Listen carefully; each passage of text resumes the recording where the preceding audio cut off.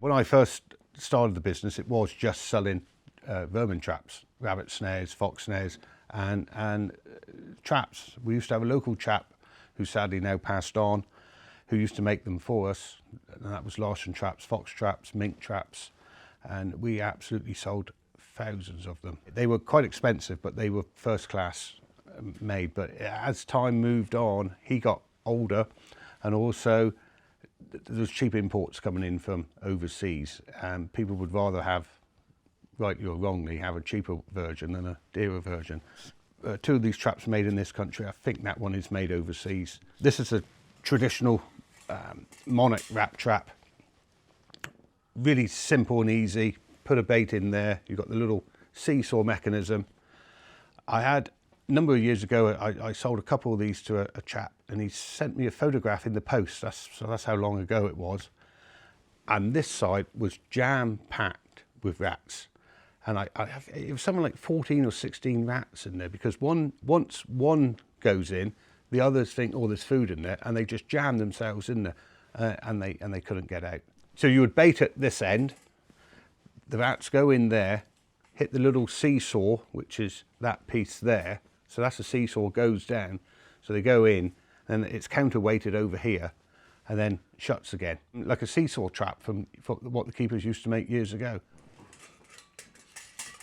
Yeah. This trap, very well made, strong, and for 1995. With all these traps, what I say, they're working day and night. When you're in bed asleep, when the rats are more active, this one's working.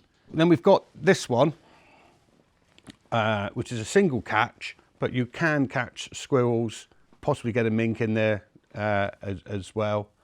But it's a squirrel rat trap, really. And that's just a traditional, you've got the tread plate at this end, so they step on that, and then the door will close behind them. So essentially you've got the treadle plate there, they would come in, step on that treadle plate, that pulls the bar away from the door, and the door shuts.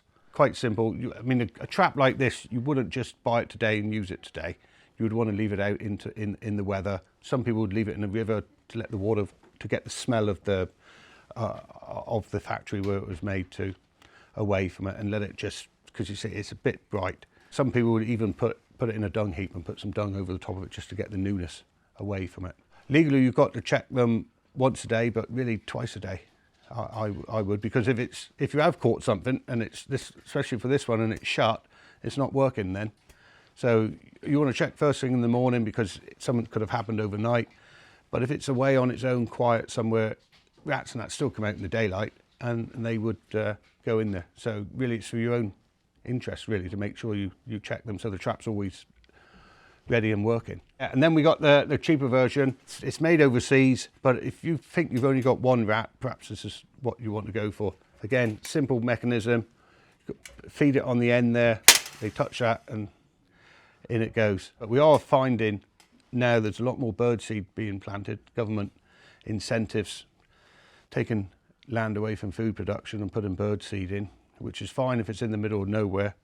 But there's places that have put birdseed in close to towns and so on, and it has encouraged the rats. We have noticed rat traps increasing because there is, and mice as well. It's not just the rats. So that's a bit of a downside which they probably haven't thought of. We'll do the Larson trap for magpies and crows. We do fox traps. We do the Springer traps, the ones that got to be set in a tunnel for rabbits and for rats and squirrels again. Those we probably sell mainly to people that do know what they're talking about, because they are ones you've got to pull apart and you do have to be careful with your fingers. That's the go-to trap. They're relatively cheap and you can cover a lot of ground with them. But they have to be set in tunnels. You've got to check them every day. You've got to be responsible. For the full range of traps from Ian Hodge Fieldsports, go to ianhodgefieldsports.co.uk.